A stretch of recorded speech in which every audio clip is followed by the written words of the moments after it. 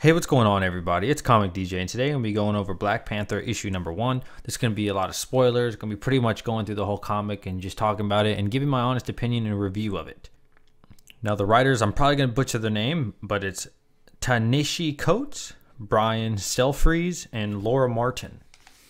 So this is going to be issue 1, and it also says A Nation Under Our Feet.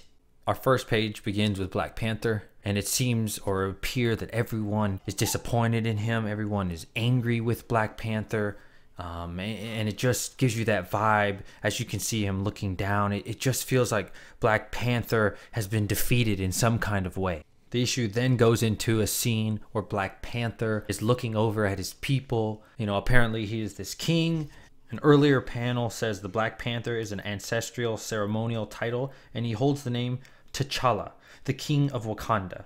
So Wakanda is the realm of where he's in charge. It is somewhere in Africa, and this kingdom is far more advanced than anywhere else in the world. He's looking over his people right now. They're having a riot. At some point, Black Panther, he left his people, you know, and it goes on to mention that he was not in charge for a while, and now he has returned after extreme civil war within his people.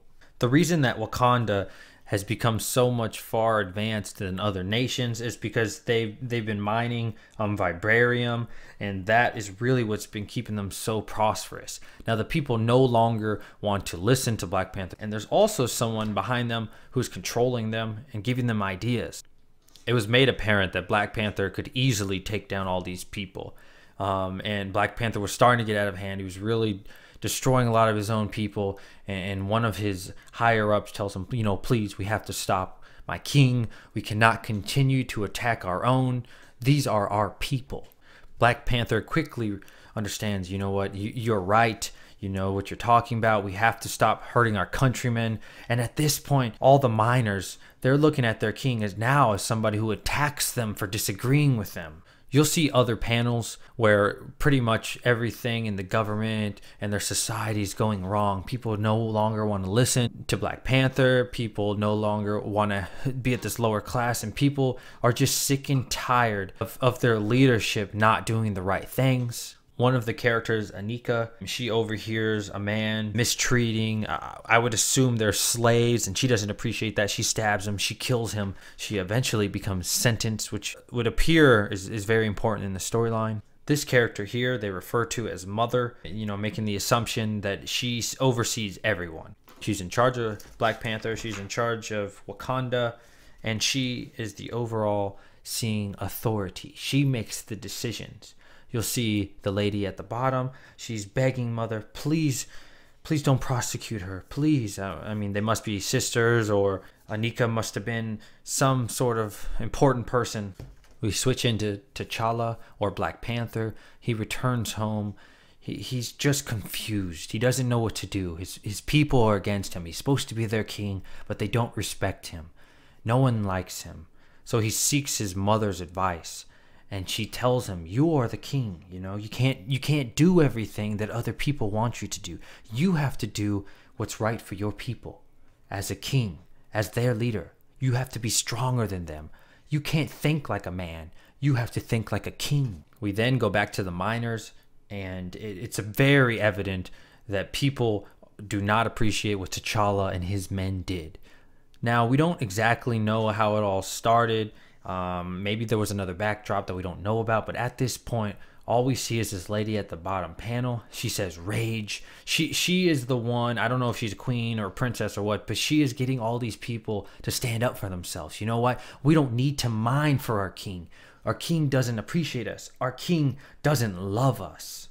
It would appear that she came from another land just of recently. I would assume this guy on the top left, who we don't know his name, was the king, or maybe the king of the miners, and she's influenced him in a way that has told him to rage against the others. And it seems like he's confused. He doesn't know if he should be doing, if what he's doing is right, but she keeps telling him, I had a dream, I saw this, that this is what we need to do. If you don't fight, no one will. And she tells her prince or king or whoever this man is, that now they know that they shouldn't mess with them. that there's more than just the kings, that the people are now learning we don't have to listen to them. While she's tricked this man, she gets on her knees and she's playing innocent and she's really feeding into his emotion. He finally reveals her name as Zenzi, and he holds her chin and he kisses her and he looks out at the people and he says it's going to be a brighter world. We flash into a prison cell. It says of Fort Han, and we see Anika again.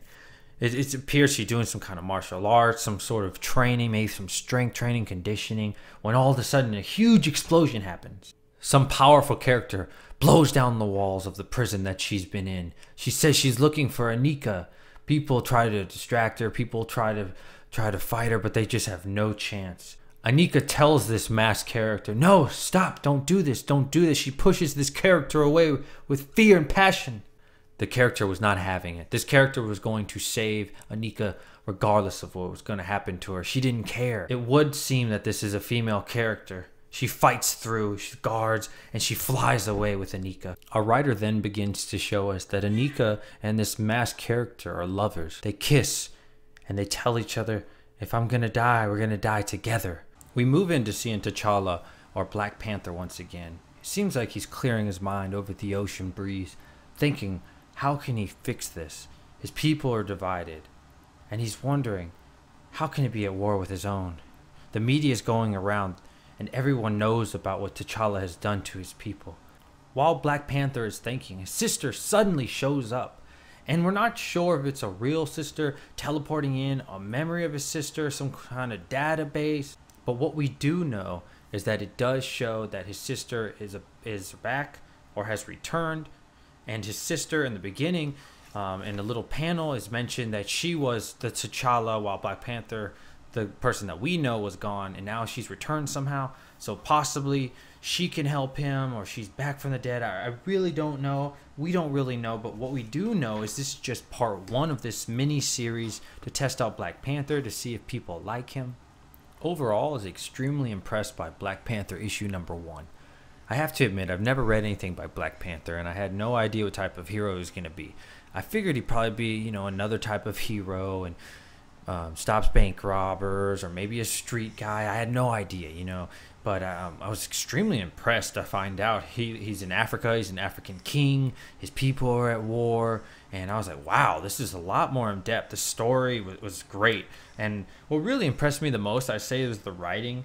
I wouldn't say the words were extremely difficult, but I'd say for a Marvel book, at least the Marvel books that I've been reading, like Spider-Man and Silk and everything, the writing was a little bit more difficult or advanced. And I actually really appreciated that. I felt like some of the words they used were just uncommon in a comic book. And, it really made the verbiage much more powerful. One example here is where this perverted man, somebody was speaking about him, or maybe he said, yet his lechery was unopposed. Now, see, if you didn't know what lechery meant, you'd be like, what in the world does that mean? But that means the excessive or offensive sexual desire or lustfulness. I felt the romance was actually really powerful. It made me believe in just a few pictures that these people really loved each other. I liked how they said, I knew it was you, beloved. Only you would be so mad as to steal the Midnight Angel prototype. I like the language used. I like my love. I like my heart. Stuff like that. I just felt like it wasn't a lot of love. It was just enough to give it that good touch. Overall, I'd give Black Panther issue number 1 a solid 8.5. Was it perfect? No. But I'm really intrigued, fascinated by the character, love the writing, love the art, and I'm definitely going to pick up issue number 2. You may not necessarily agree with it, but I do hope you got some sort of value out of it. If you did like this review, please go ahead and hit subscribe to me. I'm Comic DJ, signing out.